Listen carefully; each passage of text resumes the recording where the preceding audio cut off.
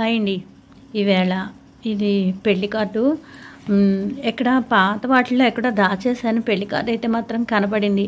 భద్రంగా దాచాను. మిగతా వాళ్ళవైతే మనం ఒక నెల 2 నెలలు ఉంచేసుకుని పక్కన పడేస్తాం. ఫోన్ నెంబర్లు అవి తీసేసుకుని పక్కన పడేస్తాం అనమాట. అసలు ఈ కార్డు పాడేసే విధం కూడా మీకు అనిపించదు. ఎంత యూస్ఫుల్ అవుతుంది అంటే చాలా రోజులు అయిపోయింది.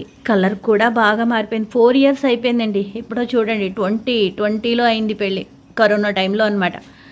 అయితే కరోనా తగ్గుతున్న టైంలో ఈ కార్డు నేను ఎందుకు దాచానంటే బ్లాక్గా అయిపోయింది బాగాను.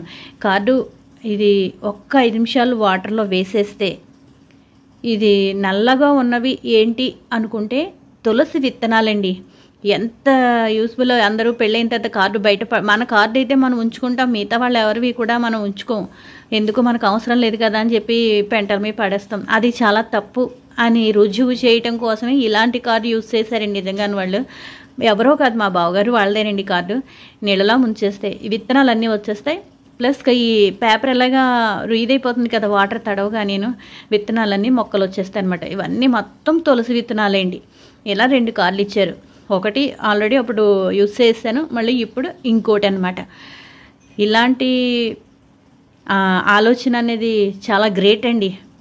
మీరు ఎప్పుడైనా సరే వెడ్డింగ్ కార్డు ఇలాంటి పర్పస్తో చేయించుకుంటే కూడా చాలా మంచిది.